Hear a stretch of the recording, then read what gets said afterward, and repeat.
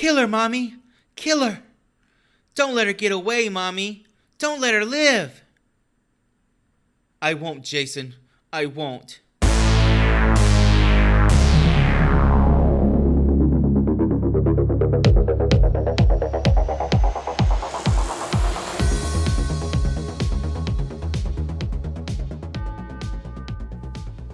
So for my vacation, I went to Longhorn Steakhouse and had Steakhouse? Longhorn Steakhouse. And had a bloomin' onion all to myself, and then I felt like shit after I ate it. That was my vacation. Did you Mrs. Doubtfire that bloomin' onion, Joy? Wait, did I catch my tits on fire? Is that what you're talking about? I was thinking more of like a face plant, but sure. Oh, fuck. Hello. Hello. Just got grease dripping off of his fucking face. Fucking onion tendrils sauce and shit. Or whatever. Onion tendrils hanging from my face. Well, that does sound like a delicious time, though, Joy. Welcome to the Horrible Film School, a safe place to watch scary movies. I'm Chris, joined today by my fellow HorrorBulls, Mr. Hootie. What's up, everybody? Let's talk about A Deformed Child. And Professor Joe. Howdy ho. Heavy spoilers ahead as we chop up 1980s Friday the 13th to celebrate this first Friday the 13th in this podcast's infancy. Today's lesson, how to choose that perfect summer job. All right, fellas. Friday the 13th, 1980. Let me sum this up as shortly and briefly as I can. It's 1980. The sun is out and the Daisy Dukes are plentiful. What better way to spend your summer break during high school than by working at an old haunted campground, looking after rich kids being dropped off by their parents? However, at Camp Crystal Lake, the kids never have time to arrive because a mysterious killer will soon begin to pick each camp counselor off one by one, until the campground is once again shut down for good. All right, so with that, let's get a little bit of the cast and crew. Friday the 13th was directed by Sean S. Cunningham. You might know him, or you probably wouldn't, for Deep Star for Deep Star 6 or Terminal Invasion, which I only bring up because it is starred by Bruce Campbell. Friday the 13th Part 1 is actually his baby, but he actually had his fingers in a few other Jason franchise sequels. He was the producer of Jason Goes to Hell, my all-time favorite Jason movie. Jason X, Jason vs. Freddy, 2009 reboot, and a producer on the Friday the 13th game released in 2017, as well as producer on the remake of Last House on the Left. Next up, we have a guy who I have a very big beef with, is the writer, Victor Miller, who you probably, again, will not know because he's best known for being the head writer on All My Children and General Hospital. You're welcome. Yes. And I don't really have any comment on that. I say beef because this man is quoted as saying he hasn't seen any of the other Friday the 13th films because he does not approve of Jason Voorhees being the killer rather than Jason's mother, as she was the original. So to get into the cast here, Alice is played by Adrienne King, who also appeared in Saturday Night Fever and Friday the 13th Part 2 and 3. Now, Adrienne King has a bit of a strange aftermath after this film. First of all, Cunningham noticed Adrienne in a Burger King commercial and knew that she had the qualities of the film's lead heroine. So he offered her the role. I question you guys, what was that Burger King commercial all about? It wasn't about the new chicken sandwich because that thing is fucking banging. I will say that for Burger King. Yeah, that shit is so fucking good, bro. Where do they find what is pickles? It called? The McKing? The cha-ching, bruh. No, not the cha-ching, you idiot. I don't know what the fuck it's called. I just eat it. After the success of Friday the 13th, Adrienne was pursued by a male stalker who managed to learn areas she frequented, where she exercised, and ate lunch. The man took Polaroid photographs of King, and on one occasion even confronted her in her apartment and held a gun to her head. This assailant was apprehended and spent some time imprisoned, thank God, but the incident traumatized King, prompting her to leave the public eye and do stunt work. She would later move to London and work predominantly as a voice-over actress. Next up, we have Bill, who was played by Harry Crosby, who is the son of Bing Crosby, and became an investment banker in 1985 and quit acting. We're going to see a lot of these cast members that this was the highlight of their careers as actors and actresses. It's really interesting. It's like a strange aftermath of this film, even though it was so successful. Next up, Marcy, played by Janine Taylor. She is predominantly a stage actress, and she appeared in a 2013 documentary called Crystal Lake Memories, the complete history of the Friday the 13th. Brenda is played by Laurie Bartram. She stopped acting after this movie was released in 1980, became a born-again Christian, and went on to study at Liberty University, near our hometown, and would appear on local TV commercials in Lynchburg, Virginia. Mrs. Voorhees is played by Betsy Palmer, who you probably will not know once again, because she was in The True Story of Lynn Stewart and dated James Dean. She was a big, TV actress, from what I could surmise. She's done spots on, The Love Boat, Chips, As the World Turns, Murder, She Wrote, T.J. Hooker. And unfortunately, Miss Palmer also passed away in 2015.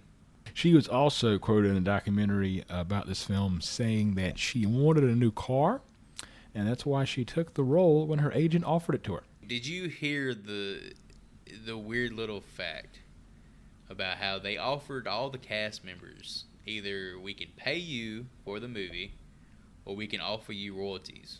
All the actors being super young and naive and just thinking, hey, this is another slasher film that isn't going to do jack shit. Obviously took the money. And last, but certainly not least, is Jack, played by Kevin Bacon. Holy shit. Here we go. Hootie, I'm stepping in. I'm taking over. Take over. Mr. Big Dick himself, the legend, the GOAT, the heavy hitter of the film. I fucking love me some Kevin Bacon. I'm probably going to need an inhaler after this one, but here we go. You got Animal House, Footloose, Planes, Trains, and Automobiles, Tremors, A Few Good Men, The Air Up There, Apollo 13, Sleepers, Wild Things, Stir of Echoes, Hollow Man, Mystic River, X-Men First Class, Black Mass, just to name a few. And that is just a few of the many films he's credited for. The guy's acting royalty, and we're going to have to treat him as such. If you don't like Kevin Bacon, then fuck you! I've seen all those. I don't remember him in Planes, Trains, and Automobiles. Yeah, he was like a taxi cab driver in that. In a recent interview with Robert Englund, he thinks Bacon can be the perfect actor to carry on the Freddy Krueger role if he would want it. And he would not. That seems a little random. Robert Englund is 74. Kevin Bacon is 63. They're both fucking old. Why would... Kevin Bacon still looks like he's in his late 40s, though. I don't know if he moves like it, though. Jesus. He's in his 60s? Are you fucking serious? Also, I want to throw a special shout out to Tom Savini, actor, special effects wizard, stuntman, director. He handled the makeup effects on the film. He did an absolutely wonderful job in the small capacity they actually were able to use him. The death sequences were great, super believable, super realistic. Actually, his list of credits probably dwarfs Kevin Bacon. So I'll just throw a few notables out there. Special effects on Dawn of the Dead, Creepshow 2, makeup on Texas Chainsaw Massacre 2, Creepshow 1, directed Night of the Living Dead. As an actor, you're going to know him from roles like in 1978's Dawn of the Dead, From Dusk Till Dawn, 2004's Dawn of the Dead remake, Planet Terror, Zack and Miri Make a Porno, Machete Kills, Django Unchained. The dude's put in work, and we can't thank him enough for it. Sex Machine. You suck my blood! The budget for Friday the 13th was $550,000, and it made $59.8 million. I want $550,000! In 1980, of the 17 films distributed by Paramount, only one returned more profits than Friday the 13th. Can you name that film? The Shining. Congo. The Shining is actually a very good answer. The Congo is definitely not a good answer. It's Airplane. Shirley, you can't be serious. I am serious, and don't call me Shirley. Jason's appearance at the end of the film was not originally in the script. That part was suggested by makeup designer Joey Tom Savani. Savani stated that the whole reason for the cliffhanger at the end was I had just seen Carrie, so we thought that we needed a chair jumper like that. And I said, let's bring in Jason. A chair jumper. I wonder if that's what they used to call jump scares. I kind of like that terminology. You can't say that better. Word anymore, so you need to stop. Some of that Jim Crow shit. So, just once again, bring in the writer's point here. Victor Miller has stated he was unhappy about the filmmaker's decision to make Jason Voorhees the killer in the sequels. Quote, Jason was dead from the very beginning. He was a victim, not a villain. The producers originally wanted Sally Fields for the role of Alice, The Flying Nun? but realized that they could not afford an established high-profile actress and casted Adrienne King instead. Boy, your mama sure cares about your education.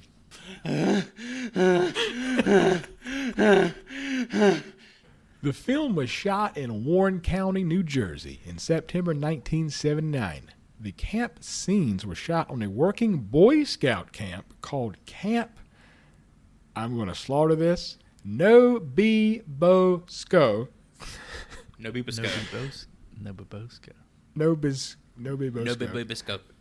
The camp is still standing and still operates as a summer camp. Harry Manfredini, I hope that's correct, created the score and came up with the sound ki ki ki ma ma ma from the final reel when Mrs. Voorhees arrives and is reciting Kill Her Mommy. The ki comes from kill and the ma comes from mommy. Kill her, mommy. Kill her, mommy. The film was not critically well received, the most notorious review being from Gene Siskel, which I'm assuming is Siskel and Ebert, not positive, who in his review called Cunningham one of the most despicable creatures ever to infest the movie business. Last note before Joey rocks our world, this movie was nominated at the first annual Golden Raspberry Awards for Worst Picture of 1980. I think it won. Did it win? It did not win. Oh, it did win? Okay. I thought I don't know what won, but it did. Originally, the movie was going to be called Long Night at Camp Blood. Doesn't quite roll off the tongue the way Friday the 13th does.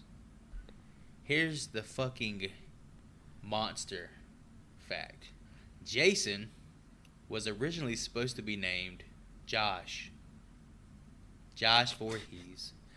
Welcome to Chili's. My name is Josh Voorhees, and I'll be your server tonight. How scary is the name Jason? And how pussified is the name Josh? Well, I feel bad for all the just Joshes can't- who are listening to the show right now. Josh thinking about- Voorhees is the killer. Josh goes to And his name? No, Josh, please don't stab me with that fucking ice pick. Josh, no! I had a son, and his name was Josh. Man, he sounds like a real pussy. Oh, Josh versus Freddy. That just sounds like the worst fucking title. Sounds like a white dude versus Freddy Krueger. Like that fucking dude, like the Drake and Josh kid. I just imagine like him on the poster with Freddy Krueger.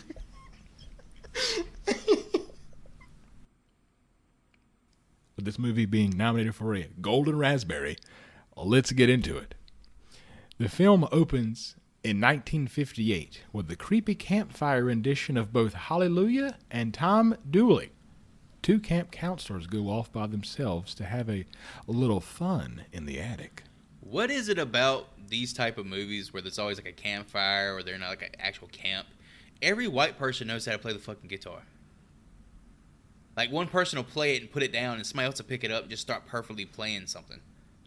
I loved how they were singing this Hallelujah, making this eye contact, and this guy's like, I'm about to get some pussy. A killer appears and murders them both in the art of making love. However, the scene is shot from a POV perspective, and we have no idea who the killer is. I really enjoyed that they went this route, having you guess the whole time who is the killer, who is the killer. Actually, I think it's Tom Savini. This perspective was him, like he was the cameraman for this part of the movie. So was this the first movie they really leaned into like POV camera work like this? Miller, in a documentary, the writer, literally talks about how he copied like trope for trope from the original Halloween. Oh yeah, that's a big hang up for this movie. Yeah. I think your Siskel review probably is in reference to that, is of how this movie is just a rip off of Halloween. It's really what it is. Good take. Yeah. So every time we see the shaky cam POV, we're supposed to be led that we're looking through the eyes of a character, right? Yeah. Because we see it in like some really awkward hiding places, like wide fucking open. People running up within like a foot of the camera and then walking the other direction. I'm like, what kind of fucking hiding skills does this person have? This first killer scene as well has a funny little moment in it. This movie doesn't really have very much comic relief. However, for me, this was really funny. The girl, she just seen her boyfriend get gut stabbed, and her defense is to start throwing empty boxes and spools of of various objects that have no weight at all at the killer. There was actually a tire in the scene. I think she would have had better luck just rolling the tire towards the killer. The film moves to the present day, 1980, on Friday the 13th, with Annie coming into town and asking locals for directions to Camp Crystal Lake. One kind trucker leaves breakfast in order to drive her halfway to the camp. A local named Ralph warns Annie about the dangers of the camp and that it is where she will die. Joey, what do you got? You're going to Camp Blood, ain't ya? You'll never come back again. It's got a death curse. On the way, the truck driver tells Annie to quit and quit now because the camp is jinxed. He informs her of the 2 kids murdered in 58 and the kid who drowned in 57. The camp is reopened because her boss bought it in order to fix it up and make a profit.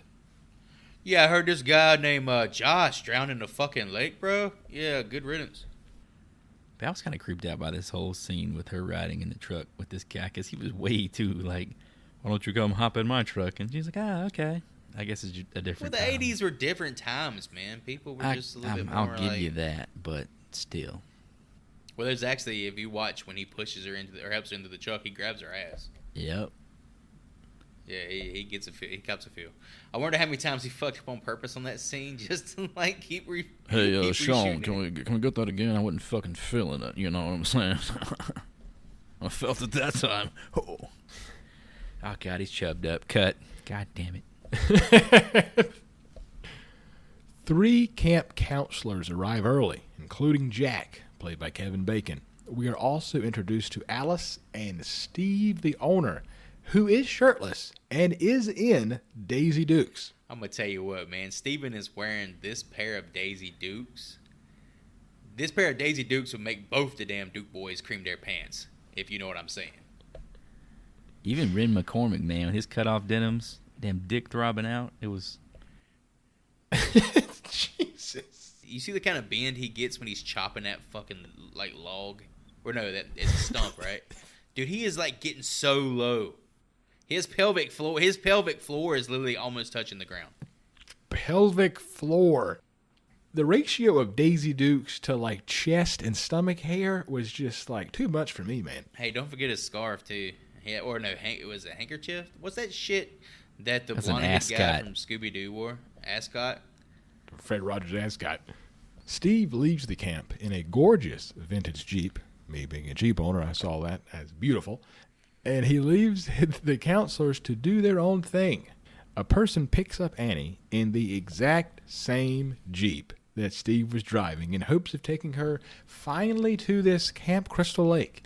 They end up in the woods, and the driver of the Jeep cuts Annie's throat. I'm guessing they wanted you to believe it. The guy was the killer, right? There were so many like allusions to red herrings throughout this. Like, you want to assume it's the owner that picked her up and went and killed her.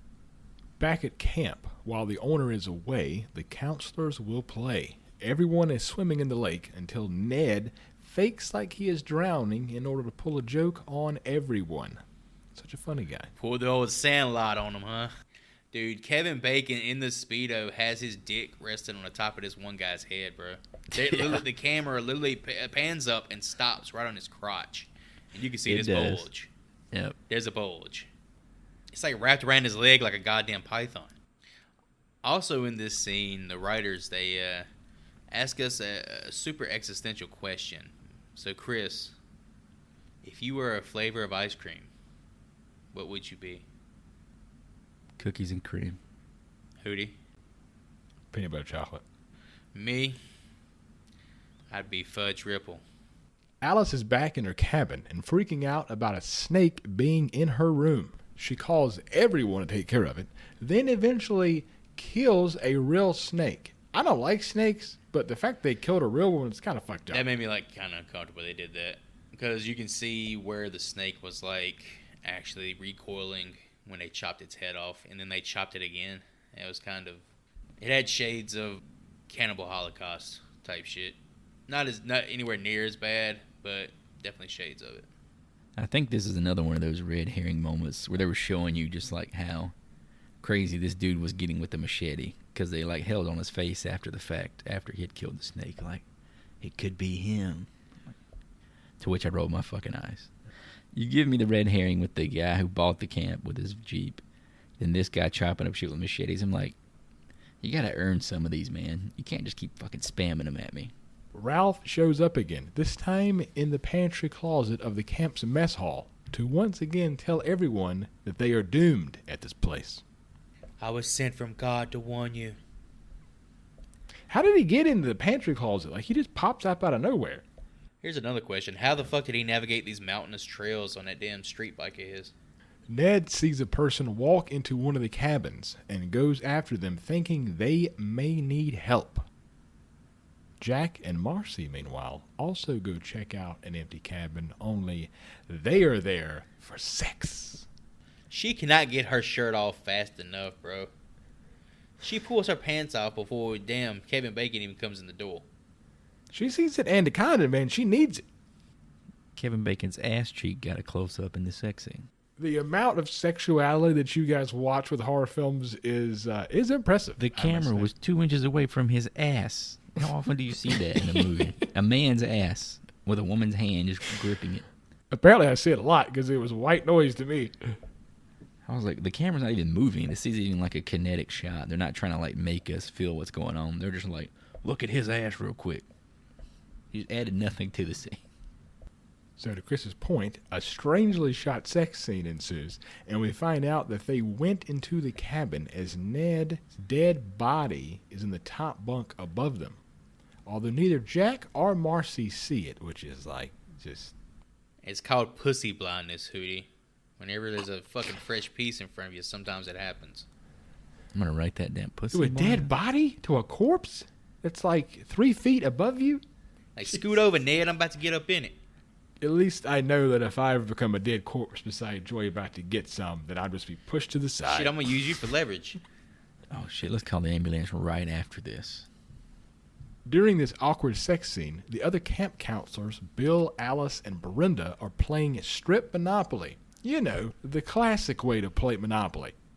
I fucking hate Monopoly. Dude, I cannot stand that shit, dude. I'd rather burn my fucking dick off with a hot iron poker. I have a lot of questions on how strip Monopoly works. How do you strip to Monopoly? How does regular fucking Monopoly work? Because I still don't know, because I fucking hate it. I'm right there with you, bro. It's all about equity and mortgages and, exactly. adult It shit. sounds fucking incredible. If you pay attention to the actual rolls of the dice in the movie and the numbers they're calling out, this lady's just calling out bullshit. She's like, double sixes, I get to go again. If you watch it, she rolls a fucking 3. Marcy leaves Jack alone in the cabin in order to go pee. Jack meets his doom with an arrow through the throat. Stabs it right to the bottom of the fucking bed, dude. That arrow was almost as big as that monstrous cock. This is a pretty fucking fierce death, man. Like the hand around, grab the head, straight up through the fucking throat. And again, having been spoiled to the ending, this fucking POV killer is OP, dog. I'm sorry. That scene, thanks to Tom Savini, was done with Kevin Bacon's head on top of a prosthetic body, and he obviously put the arrow through his neck. But they used sheep's blood, like actual sheep's blood, and he had created this device that would squirt the blood through the neck. Only the bearing on that device broke, and he had to squirt the blood with his mouth. And he apparently came up from under the bed covered in sheep's blood. Just another story of Tom Savini being a fucking real one. While in the bathroom, Marcy is freshening up in her underwear, of course. She hears someone walking around and checks it out.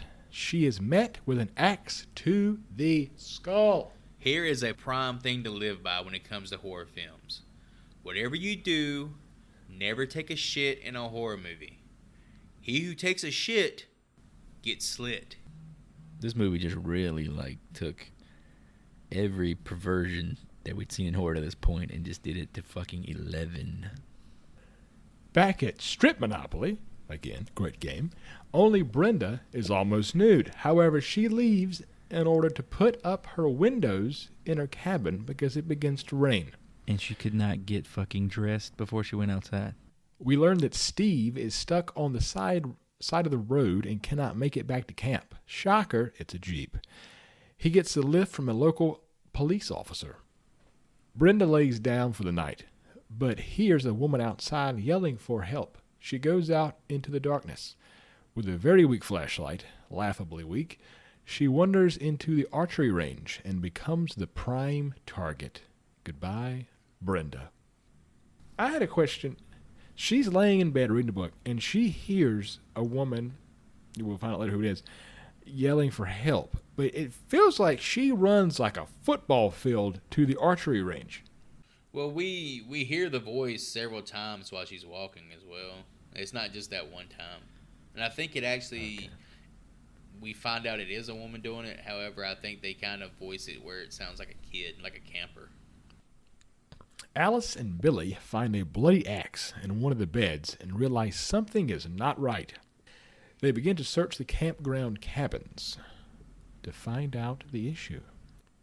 The police officer has to respond to a car wreck, needing the jaws of life. I like how they had to put that in there. So he drops off Steve at the head of the campground. It's also in this scene, while Steve's in the car with the police officer, that we find out that today's date in the movie actually is Friday the 13th. And he discusses the phenomenon of how, it's Friday the 13th, it's full moon, people are a lot more violent during a full moon, there's a lot more murders, rapes, robbings, stuff like that. So Steve soon is killed by being stabbed in the stomach, although we learn that Steve recognized the killer before he met his doom. It was Josh all along.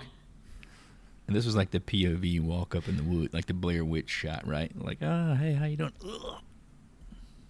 Oh, please. Oh. I thought that was such a lazy death scene, man. I almost forgot about it until you reminded me there.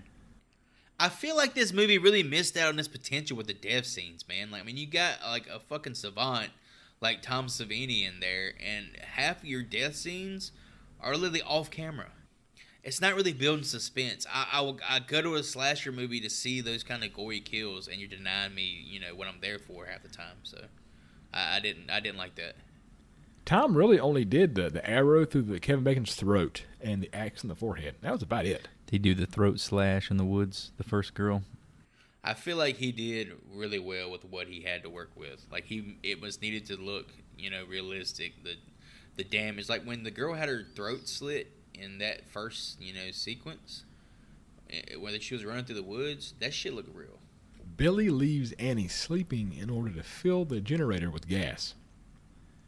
Annie wakes up and begins to make some disgusting instant coffee. Good God. Yeah, it looked nasty. But leaves in search of Billy.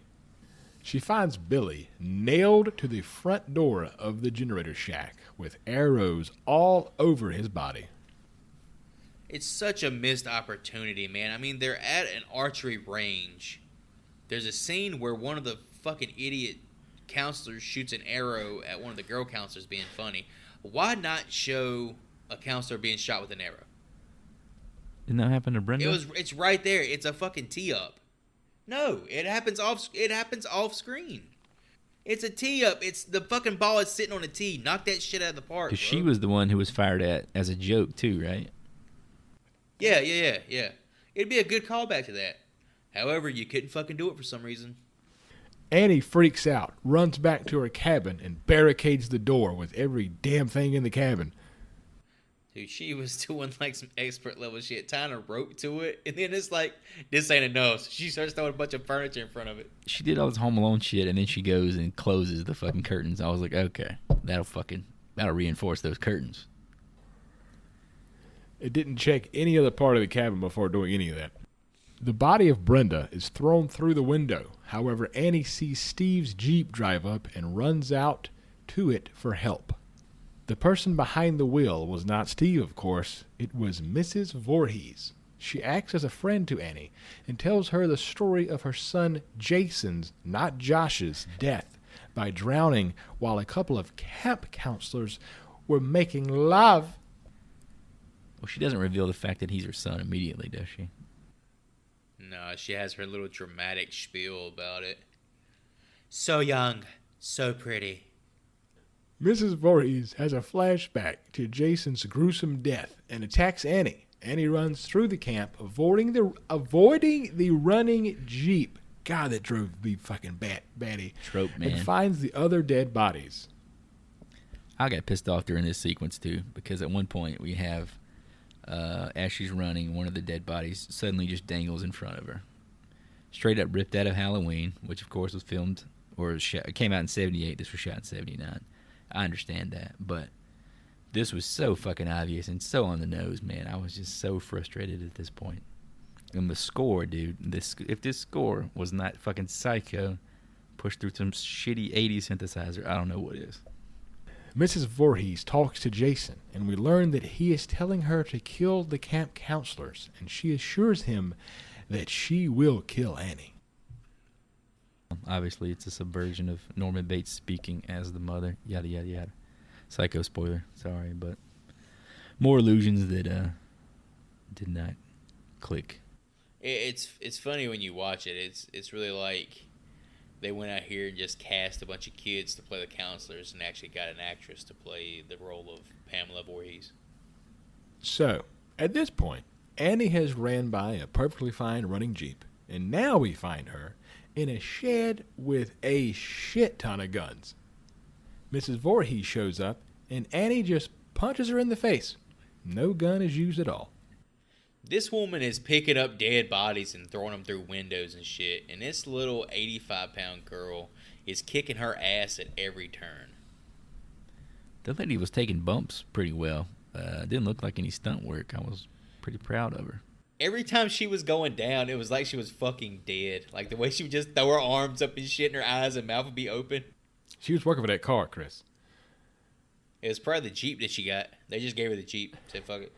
Annie runs back to her original cabin, yet again, and hides in the pantry. Mrs. Voorhees shows up with a machete, and Annie hits her in the head with a frying pan. Yet again, she does not take the deadly weapon, the machete.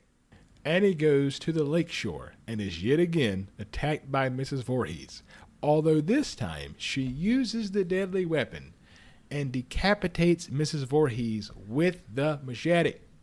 Pretty damn sharp blade. Did you get Star Trek fight scene vibe from this? The way they were fighting each other and that music in the background? It was sloppy as fuck, man.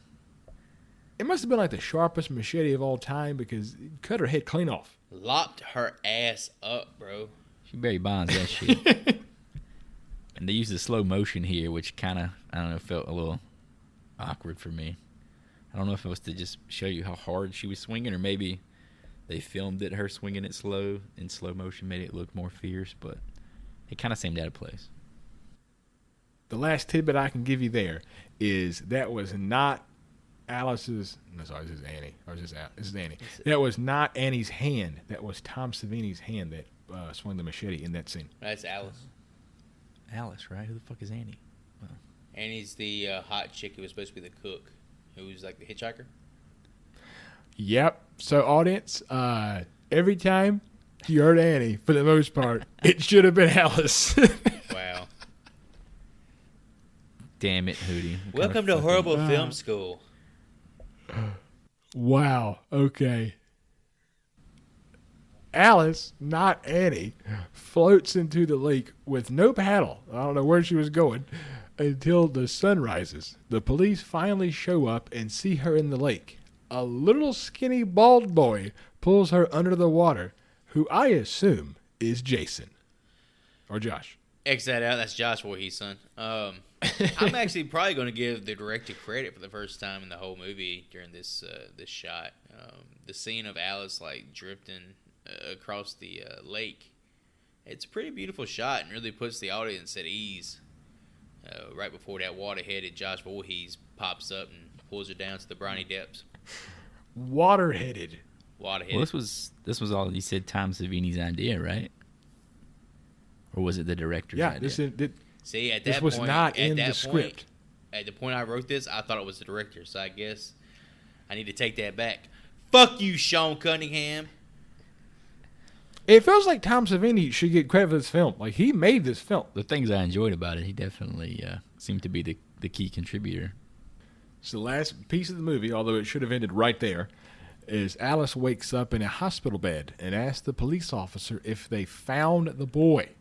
They tell her no, and she realizes that Jason is still there.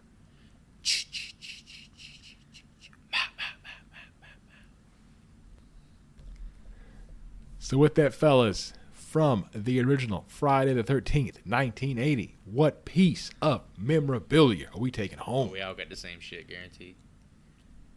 I guess I'll go first. Give me Steven's jean shorts, bro. I've been looking for a piece of clothing that offers maximum flexibility and range of motion, and I think I found it. I did not share that sentiment. That is a good pick, though. Actually, I want to get Mama's sweater. Something about it. It just looks super fucking cozy. I'm not sure why she's wearing it in, like, the dead middle of summer. As long as you get those bloodstains out, you're good to go. And my piece, to echo the song from the band Deuce, is look at that girl with them Daisy Dukes on, except this time, let's look at that guy with them Daisy Dukes on. It's Steve's Daisy Dukes for me. I think I should have went with Kevin Bacon's Speedo in retrospect. 2 out of 3. That ain't bad. So let's get into the Rotten Tomato fan reviews. Jacob F. says, admittedly scary, but it ain't nothing special. The later ones are much better. 3 stars. And the last one for this week is from Dick D. Damn. Probably Kevin Bacon. Double D, let's go. Let me write that down. That's my new fucking superhero name. He says, they kill a poor defenseless snake. 0 out of 10. Fuck this film. 1 star. Dick D is not about that real snake killing, all right? Why even have a fucking scene where you see the snake getting killed? You don't see half the actors getting killed in the goddamn movie. Why do you got to see the fucking snake getting killed?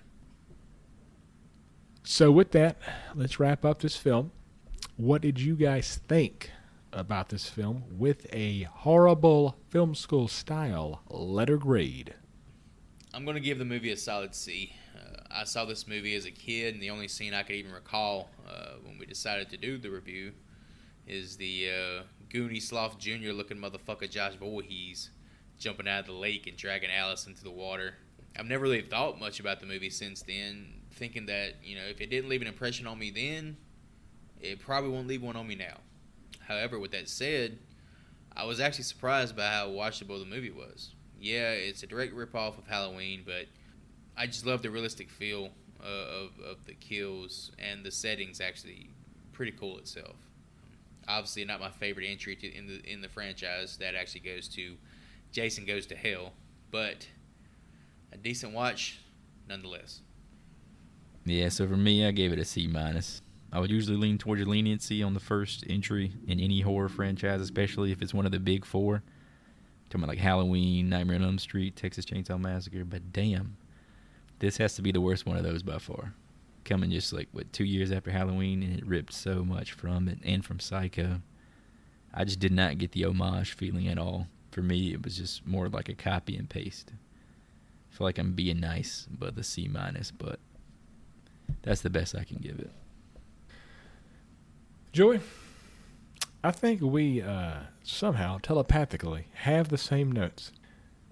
1980's Friday the 13th was needed in order to launch one of the most profitable, if not the most profitable, horror film franchise of all time. Although it didn't bring much originality to the genre, besides a few new ways to kill people thanks to Tom Savini, the sequels did by creating a legit movie monster in Jason Voorhees. I would not recommend you watch this film. Just skip to part 2 in the franchise and continue from there. I give this film a C. I'm sure the second one probably gives you the entire first one in 2 minutes or something. Like Road Warrior does for Mad Max. Hot take, you can skip Mad Max. Not a fan. That is a very hot take, Chris. Mad Max is great. 30 seconds of Road Warrior took care of it for me. So with our thoughts in the bag, let's look back at our Rotten Tomato fan score guesses. This wasn't for a prize since it was a mandatory homework assignment for us all. I myself guessed a 67%, Hootie with a 64, Joey with a 70. All right there together. The audience score at the time of this recording is a 60.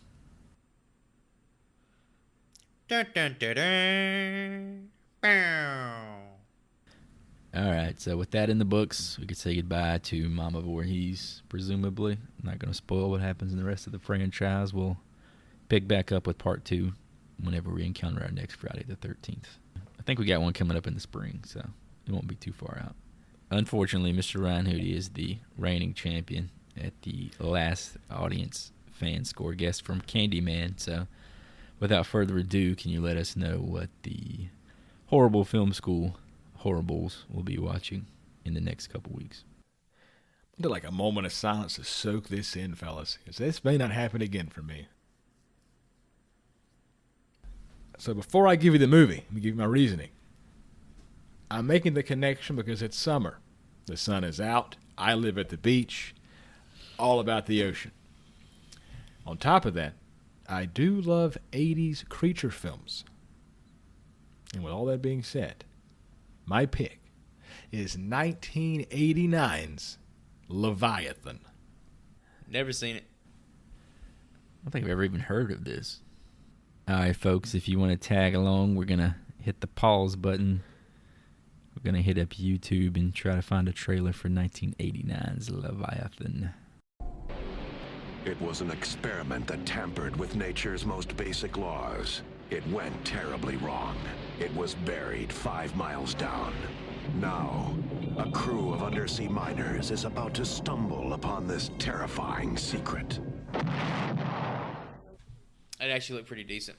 I'm a sucker for creature movies from any era of movie making. So, All right, we just finished the trailer, so you fellas want to take turns guessing that Rotten Tomatoes user score for Leviathan? I'll start since I picked it. And I'm going to go with a 44. Jesus Christ. Fuck. The second comment on YouTube. This movie is so awesome. It's a total rip-off of The Thing, but it's still awesome. I'll go 50. It looked pretty fucking cheesy, but I'm going to guess it's 60. Alrighty, folks, thanks for listening. You could find us on damn near any podcast platform. Check out the socials and whatnot on the website, horriblefilmschool.com. Subscribe, follow, and review to spread the love. Apparently, the Apple podcast reviews are a big deal, so if you can, leave us a review there.